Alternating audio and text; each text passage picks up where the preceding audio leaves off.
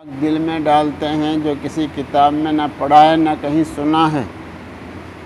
हुजूर सल्लल्लाहु अलैहि वसल्लम पर नबूवत के मिलने के वक्त इल्म खोल दिया गया और अव्वलीन व आखरीन के इल्म अता फरमाए गए। आप ख़ुद फरमाते हैं तमाम इंसानों का इल्म मेरे इल्म के मुकाबले में क़तरा। सारे इंसानों का इल्म हुजूर सल्लल्लाहु अलैहि वसल्लम के इल्म के मुकाबले में एक क़तरा और मेरा इल्म समंदर है, और मेरा इल्म क़तरा है और अल्लाह का इल्म समंदर है। अल्लाह ताला के इल्म के सामने हुजूर पाक सल्लल्लाहु अलैहि वसल्लम का इल्म एक क़तरा है और अल्लाह का इल्म समंदर है। और सारी दुनिया का इल्म एक क़तरा है हुजूर पाक सल्लल्लाहु अलैहि वसल्लम के इल्म के सामने। हालांकि हुजूर सल्लल्लाहु अलैहि वसल्लम ने ना कोई किताब पढ़ी थी और ना किसी से सीखा था। सारे उलूम आप सल्लल्लाहु अलैहि वसल्लम को अल्लाह ही ने अता फरमाए। बराह रास्त अल्लाह ही से आपके क़ल्ब मुबारक पर उलूम आए। हाल ये है कि एक एक आप सल्लल्लाहु अलैहि वसल्लम की हदीस उलूम का समंदर है। उलमा उससे पीते ही रहते हैं, मगर ना उलमा सैर होते हैं ना वो समंदर ख़त्म होता है। अहादीस की तहक़ीक़ में और कुरान पाक की हक़ाइक़ और दक़ाइक़ में ये 1400 साल से ज़्यादा हो गए लग रहे हैं, लोग आज तक उसकी तह तक नहीं पहुँचे। यही हाल अल्लाह के ख़ास बंदों का होता है जो अल्लाह से अपने क़ल्ब का ख़ास ताल्लुक़ जोड़ लेते हैं कि बराह रास्त अल्लाह के पास से इल्म आता रहता है और ये उसको ज़ाहिर करते रहते हैं। इल्म थोड़ा हासिल करते हैं मगर वो थोड़ा इल्म समंदर बन जाता है। हज़रत गौसे पाक रहमतुल्लाह अलैह फरमाते हैं इल्म क़तरा समंदर बन जाता है दिल खुलने से। जैसे आलम बातिन खुल जाता है इल्म भी खुल जाता है। आज तक हज़ारों मिसालें अल्लाह वालों की इसका सबूत होती आई हैं। साबिक़ में बड़ी बड़ी मिसालें तो सारी दुनिया में रोशनी है। हज़रत मौलाना रूम रहमतुल्लाह अलैह बड़े आलिम ज़रूर थे, मगर जब शम्स तमरीज़ी की ग़ुलामी से दिल खुल गया तो आपका हासिल क्या हुआ, इल्म समंदर बन गया। मौलवी हरगिज़ नशुद मौलाए रूम ता ग़ुलाम शम्स तबरेज़ी नशुद। मफ़हूम ये है कि मैं पहले मौलवी था, मामूली इल्म वाला था, मगर जब हज़रत शम्स तबरेज़ी रहमतुल्लाह अलैह का हाथ पकड़ा, उनसे बैत हुआ, उनका ग़ुलाम बना और आपकी तवज्जो से मेरा बातिन खुला, तब मैं मौलाए रूम बना। इमाम ग़ज़ाली रहमतुल्लाह अलैह, हज़रत जुनैद बग़दादी रहमतुल्लाह अलैह, हाफ़िज़ शिराज़ी रहमतुल्लाह अलैह, ये वही बुज़ुर्ग हैं जिनको उलूम ग़ैबी अल्लाह की तरफ से हासिल थे। हज़रत हाजी इमदादुल्लाह साहब माजर मक्की रहमतुल्लाह अलैह की ताज़ा मिसाल है कि आपने इल्म थोड़ा हासिल किया था, मगर जब हज़रत मियाँ जी नूर मोहम्मद झिंझानी रहमतुल्लाह अलैह की ग़ुलामी से बातिन खुला तो आप जय्यद उलमा के रहबर और मखदूम बन गए। हज़रत मौलाना मोहम्मद कासिम साहब नानौती रहमतुल्लाह अलैह फरमाते हैं कि हम हज़रत हाजी साहब रहमतुल्लाह अलैह के सीने में वो उलूम पाते हैं जो और किसी के सीने में नहीं देखे, इसलिए हम हाजी साहब के मुरीद हो गए। हज़रत हाजी साहब रहमतुल्लाह अलैह फरमाते हैं कि मौलाना रशीद अहमद साहब गंगोई रहमतुल्लाह अलैह और मौलाना कासिम नानौती रहमतुल्लाह अलैह से उलमा है कि मुझे उनका मुरीद होना चाहिए था।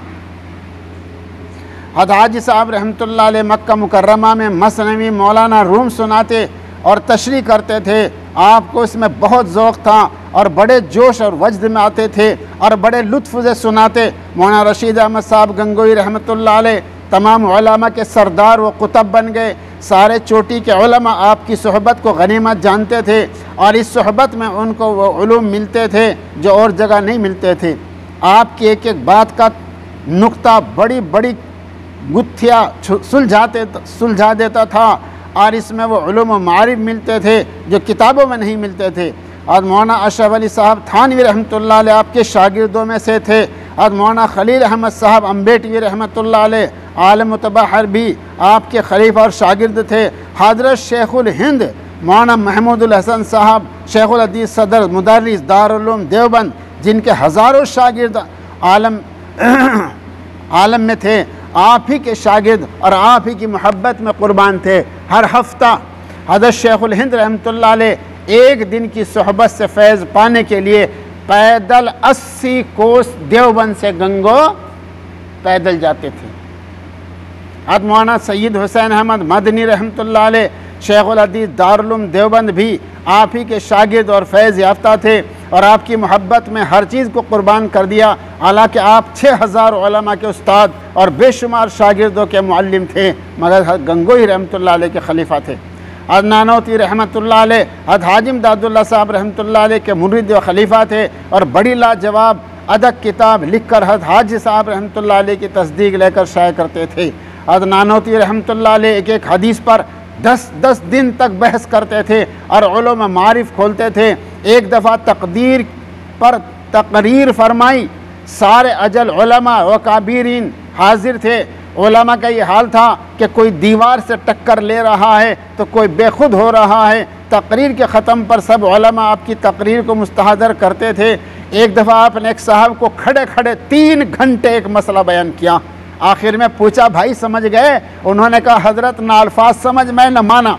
आपने फिर 1 घंटा आसान अंदाज में समझाया। फिर पूछा, क्या भाई समझ गए? उन्होंने कहा, कुछ अल्फाज समझ में आए हैं मगर माना समझ में नहीं आए हैं। आपने फरमाया, भाई अब मैं थक गया, फिर कभी समझाएंगे। आप पर इस कदर उलूम बातिन से इल्का होते थे कि आप फरमाते थे कि तकरीर के वक्त कई मज़ामीन का वरूद होता है, मुझे बड़ी दिक्कत आती है कि इसमें से क्या बयान करूँ। अमीर शाह खान साहब का वाक़या है कि दिल्ली के एक शेखुल हदीस साहब रहमतुल्लाह अलैह के साहबजादे आपके उलूम की शोहरत सुनकर आपसे मिलने आए रहे थे। आपको उनके आने की इत्तिला मिली तो स्टेशन आप तन्हा पहुंच गए। रात का वक्त था। वो साहबजादे रेल से उतरे, कुली को तलाश किया। इतनी रात कहाँ का कुली? हज़रत बिल्कुल मामूली हालत में रहा करते थे। हज़रत से उन्होंने कहा, क्या तुम मेरा सामान मौलाना कासिम नानौती रहमतुल्लाह अलैह के मकान तक ले जाओगे? हज़रत ने कहा, ज़रूर ले जाऊंगा। हज़रत के सर पर सामान देकर साहबजादे स्टेशन से घर तक लाए। सामान उतार कर चुपके से घर में चले गए। उन्होंने वहाँ लोगों से कहा, हज़रत मौलाना से कब मुलाकात होगी? लोग ये हालत देखकर बड़े खफा थे।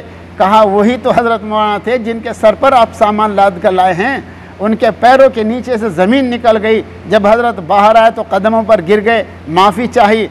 अमीर शाह खान साहब ने उन साहबजादे को मदरसा फिराया बतलाया और हज़रत मौलाना याकूब साहब रहमतुल्लाह अलैह के दर से हदीस में बिठाया, मगर वो चाहते थे कि हज़रत मौलाना की महफिल में कोई बात छिड़े और आप फरमाए तो साहबजादे को तस्कीन होगी। हज़रत से सुनने के लिए आए हैं। एक एक से कहते कि हज़रत की महफिल में बात छेड़ूं, मगर हज़रत का मिजाज ख़राब था, खांसी और नज़ला था। हर एक ने कहा, ऐसे साहबजादे बहुत आते रहेंगे, हम हज़रत को तकलीफ़ देना नहीं चाहते। इसी दौरान महफिल जमा थी। हज़रत कोने में बैठे हुए थे।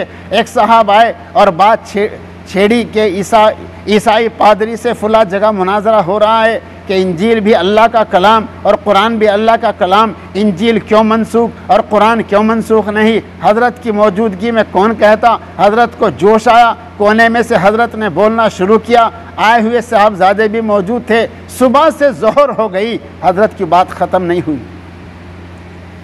असर से मगरिब और मगरिब से ईशा और इसके आगे रात हो गई। आखिर